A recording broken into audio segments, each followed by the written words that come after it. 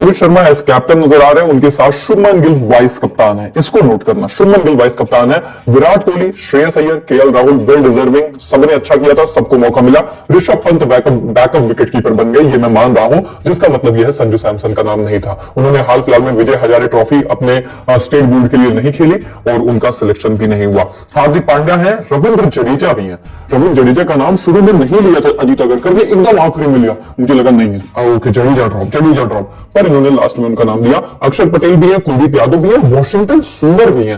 तो मतलब कि आप यहां पर चार स्पिन ऑप्शंस के साथ जा रहे हो, ध्यान देना। जसप्रीत बुमराह है, मोहम्मद शामी है, अर्शदीप सिंह है, and then obviously backup option में यशस्वी जायसवाल बैकअप ओपनर के तौर पर है। जसप्रीत बुमराह आपको चैंपियंस ट्रॉफी के स्क्वाड में नजर आ रहे हैं और हर्षित राणा आपको इंग्लैंड सीरीज में नजर आएंगे जसप्रीत बुमराह की जगह, क्योंकि जसप्रीत बुमराह तैयार नहीं है, स्पेशली शुरू के 2 मैचेस के लिए तो बिल्कुल तैयार नहीं है। और जसप्रीत बुमराह पर अपडेट भी यही आई कि उनको 5 सप्ताह आराम करने को बोला गया है, जिसका मतलब यह है कि पहले 2 ओडीआईस के लिए इंग्लैंड के खिलाफ वो अवेलेबल नहीं है। और क्योंकि ये प्रोविजन भी है आईसीसी के पास, अभी उन्होंने लेटेस्टली ये नियम लाए हैं कि आप अपना फाइनलाइज्ड यानी कि इसके बाद भी आप चैंपियंस ट्रॉफी के स्क्वाड में बदलाव कर सकते हो और जो एकदम फाइनल स्क्वाड है वो 11 फरवरी तक दे सकते हो। तो बीसीसीआई के पास, हमारे क्रिकेट बोर्ड के पास ये विकल्प रहेगा कि वो बुमराह को अगले 5 हफ्ते तक मॉनिटर करें। अगर वो फिट है, वो रेडी है, इनफैक्ट मे भी वो तीसरा ओडीआई इंग्लैंड के अगेंस्ट खेले या ना खेले, एंड अगर तब तक वो एकदम तैयार रहते हैं तो 11 फरवरी को आप स्क्वाड अपना फाइनलाइज कर दोगे। लेकिन मोर और लेस आपने उनको स्क्वाड में रखकर और सिर्फ 3 पेसर्स रख के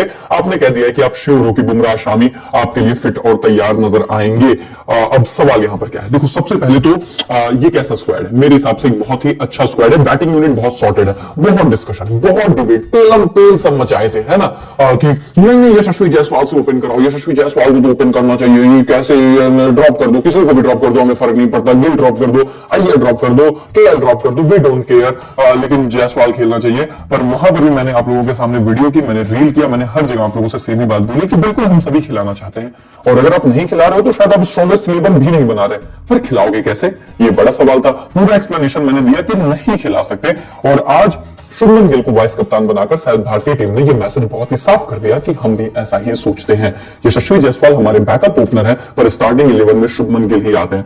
अब अगर आप श्रेयस अय्यर को ड्रॉप करके जायसवाल खिलाना चाहते हो तो खिला लो भाई, पर उससे आपका कंपोजिशन बिल्कुल खराब हो जाएगा टीम का, और मुझे नहीं लगता कि ऐसा कुछ मैनेजमेंट कर रहा है। सो फॉर श्योर उन्होंने बैटिंग ऑर्डर को लेकर एक सिमिलर जो है लाइमलाइट दिखाई कि यार हमारी ये काम आसान था यार, बैटिंग ऑर्डर हमारा जो 2023 ओडीआई वर्ल्ड कप का था हम उसी के साथ जाएंगे, और वही लॉजिक भी बनाता है, कुछ छेड़खानी करने की जरूरत नहीं है, सारे खिलाड़ियों ने अच्छा किया है। अब संजू सैमसन नहीं है, अब आप इस पर चाहे जितनी डिबेट कर लो, और मैं भी कर सकता हूं, मैंने कई बार अपने स्क्वाड में संजू सैमसन को रखा और बोला आपसे, हर बार बोला मैनेजमेंट पंत को खिलाएगा, ये बात मैं जानता हूं, क्योंकि पंत को थोड़ा सा वो फीवर मैनेजमेंट देता है, लेफ्ट हैंड का कॉम्बिनेशन भी आता है, और फिर उन्हें लगता है कि वो जनरेशनल टैलेंट है और ओडीआईस में भी वो जस्टिफाई अपने सिलेक्शन को कर सकते हैं। हालांकि अभी तक उन्होंने किया नहीं है, पर कर सकते हैं, ऐसा मैनेजमेंट मानता है। तो मुझे पता था कि ये सिलेक्ट होंगे, भले हम चाहते हैं नहीं चाहते हैं, दैट डज नॉट मैटर। और उसके बाद मुझे ये लगा कि मैं 4 स्पिनर तो एक्सपेक्ट नहीं कर रहा था, 4 स्पिन ऑप्शन की, जडेजा भी होंगे, अक्षर भी होंगे, फिर सुंदर भी होगा। मुझे लगा कि मे भी अक्षर सुंदर हो सकते हैं, जडेजा नहीं होगा, ऐसा मैं सोच रहा था। बट आप 4 स्पिन ऑप्शन के साथ जाकर शायद एक सिग्नल दे रहे हो ना कि आप एक्सपेक्ट कर रहे हो कि दुबई की कंडीशंस में थोड़ा सा स्पिन फ्रेंडली रहेंगे, भले मौसम अभी वैसा नहीं है, भले थोड़ा सा ठंड का माहौल अभी चल रहा है हमारे एरियाज में, बट यू आर एक्सपेक्टिंग कि दुबई स्पिन फ्रेंडली रहने वाला है, क्योंकि बहुत सिंपल सा लॉजिक है यार, आपने 3 पेसर ही अपने स्क्वाड में रखे हैं, अर्शदीप, बुमराह, शामी, which means कि आप तीनों तो 11 में नहीं उतारने वाले, आप 2 उतारने का प्रयास कर रहे हो, मतलब आप स्पिनर एक्स्ट्रा खिलाओगे, स्पिन ऑलराउंडर एक्स्ट्रा खिलाओगे, विद हार्दिक पांड्या एक पेस ऑप्शन आपके पास रहेगा आपकी प्लेइंग 11 में। तो मैसेज बहुत क्लियर है यहां पर कि we are not expecting a lot of मदद पेसर्स की तरफ से, हम स्पिनर्स ज्यादा रखने चाहते हैं अपनी टीम में, लेकिन दुबई में पेसर्स को मदद मिलती है, और विकेट टेकिंग ऑप्शंस तो आपके पेसर और कुलदीप यादव ही है ना, क्योंकि जडेजा, अक्षर, वॉशी, ये सब डिफेंसिव ऑप्शन नहीं है स्पिन के, ये हम सभी जानते हैं, बैटिंग में बहुत काम आएंगे, ये एक बड़ा फैक्ट है। तो कंडीशंस के हिसाब से अगर आपने 3 पेसर्स रख के 4 स्पिन ऑप्शंस की तरफ आप जा रहे हो तो ठीक है भाई, अगर आप कंडीशन सही रीड कर रहे हो, नहीं तो मुझे इतना तुक नहीं बन रहा था। मैं 4 पेसर स्क्वाड में रखता और 3 स्पिन ऑलराउंडर या फिर स्पिन ऑप्शन रखता, शायद मैं जडेजा और अक्षर में से तो किसी एक को ही रखने वाला था, या फिर मैं अक्षर और वॉशिंगटन को रखता और जडेजा को ना रखता, may be something like this. But ठीक है, अगर आपने कंडीशन सही पढ़ी है तो अभी हम सवाल नहीं उठा सकते, क्योंकि हमें पता ही नहीं है कि भाई कंडीशन कैसी होगी। लेकिन अब डिस्कस करते हैं दो सबसे बड़े सवाल जो मैंने शुरू में कहा था, संजू सैमसन एंड मोहम्मद सिराज। संजू सैमसन को लेकर मैंने तुम्हें सब कुछ बहुत क्लियर बता दिया। उन्होंने डोमेस्टिक विजय हजारे नहीं खेला, उसमें भी थोड़ा सा वाद विवाद पता नहीं क्या हुआ अपना, बहुत क्लियरली अभी किसी को नहीं पता। और फिर आपका ऋषभ पंत का एक फेवरेटिज्म, लेफ्ट हैंड बैटर, और फिर जो आप हमेशा कंसीडर करते हो कि वो बड़े प्लेयर हैं, भले आंकड़े संजू सैमसन के ज्यादा बेहतर हो। और उसके अलावा एक बात और है कि मैनेजमेंट संजू के साथ क्या करता है, ये सब तुम लोग जानते ही हो। कि मैं बहुत श्योर हूं कि इस चैंपियंस ट्रॉफी के बाद ना संजू सैमसन को ओडीआई स्क्वाड में जगह मिलेगी। मैं इस बात की तुम्हें गारंटी ले रहा हूं, क्योंकि इसके बाद टी20 वर्ल्ड कप है, तो ओडीआई में जगह देकर टी20 में भैया को ड्रॉप कर दिया जाएगा। ये इस बंदे के साथ हमेशा होता है। तो अब कितना डिस्कस करोगे, है ना? करते जाओ करते जाओ करते जाओ, कोई खास सोल्यूशन नहीं है। लेकिन स्टार्टिंग में तो मैं केएल राहुल को ही स्टार्टिंग 11 में देखता हूं, तो चाहे वो ऋषभ होते, चाहे वो संजू होते, कोई भी होता, बैकअप नहीं कंसीडर होते। एनीवे, बड़ा सवाल तो यहां पर मोहम्मद सिराज का है, और बात यहां होनी चाहिए मोहम्मद सिराज को किस बेसिस पर ड्रॉप किया। 3 पेसर आप पिक करना चाहते थे, मुझे लॉजिक बनता है जसप्रीत बुमराह का, मोहम्मद शामी का, आपके 2 प्रीमियर पेसर, ये स्टार्टिंग 11 ठीक है। अर्शदीप सिंह को आप लेफ्ट आर्म पेसर के तौर पर लेकर आते हैं, मैं लिटरली कह रहा हूं, मैं उसको भी जस्टिफाई करूंगा, क्योंकि उस बंदे ने अभी विजय हजारे ट्रॉफी में कमाल किया। 7 पारियां, 20 विकेट ली, Vijay Hazare trophy, amazing session. आप उसको रिवॉर्ड देना चाहते हो, आपने अर्शदीप को लाया, आप एक लेफ्ट आर्म एंगल भी लेकर आए, और उसकी परफॉर्मेंस बेहतरीन है, मैच विनर है, सब कुछ जस्टिफाई होता है। मैं भी अर्शदीप के साथ हूं इस सिलेक्शन में। लेकिन अगर आप विजय हजारे ट्रॉफी देखकर अर्शदीप का सिलेक्शन करते हो, तो फिर करुण नायर का क्या?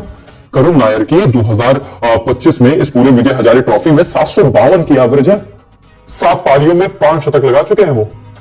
तो एक तरफ आप खुद कहते हो, दोगलापन देखना बीसीसीआई का, कि डोमेस्टिक क्रिकेट जाकर खेलो, डोमेस्टिक क्रिकेट जाकर खेलो, वहां से सिलेक्शन करेंगे, और दूसरी तरफ जो डोमेस्टिक क्रिकेट में पेलम पेल मचाया है, आप उसे सेलेक्ट नहीं कर पा रहे हो।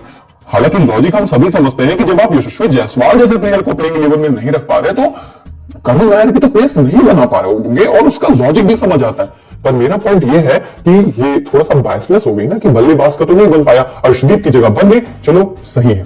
मेरा सवाल इससे भी बड़ा, मोहम्मद सिराज की जगह कैसे नहीं बनी?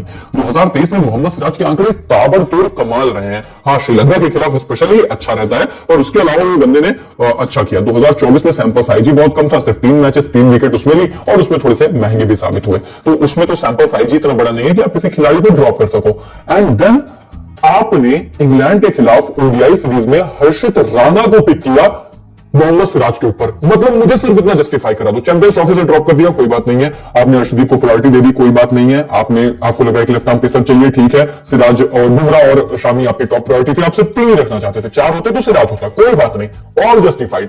पर किस बेसिस पर, किस आधार पर आपने हर्षित राणा को मोहम्मद सिराज के ऊपर, वो भी इंग्लैंड के खिलाफ, वो भी ओडीआई फॉर्मेट में पिक किया है, मुझे बता दो। मैं आपको बता देता हूं, सिर्फ एक ही बेसिस होता है, और उस बेसिस को कहते हैं जीजी कोटा। उसके अलावा और कोई आधार नहीं है, कोई शिलान्यास नहीं है, कोई बेस नहीं है, कोई पटना नहीं है, कोई प्लास्टिक नहीं है, कोई थैला नहीं है, कोई बोरिया नहीं है, कुछ नहीं है। और यही सबसे बड़ी सच्चाई है। आपने पिक कर दिया, आपने सिराज को ड्रॉप कर दिया, आपने कहा धाड़ में जाओ, तुम्हारी ऐसी की तैसी। ठीक है, मैं फिर कह रहा हूं, चैंपियंस ट्रॉफी से हटा देते, कोई नहीं था, पर इंग्लैंड के खिलाफ तो खिलाते यार, खिलाते। अगर आप यहां तो एक्स्ट्रा पेसर रख रहे थे, यहां तो जगह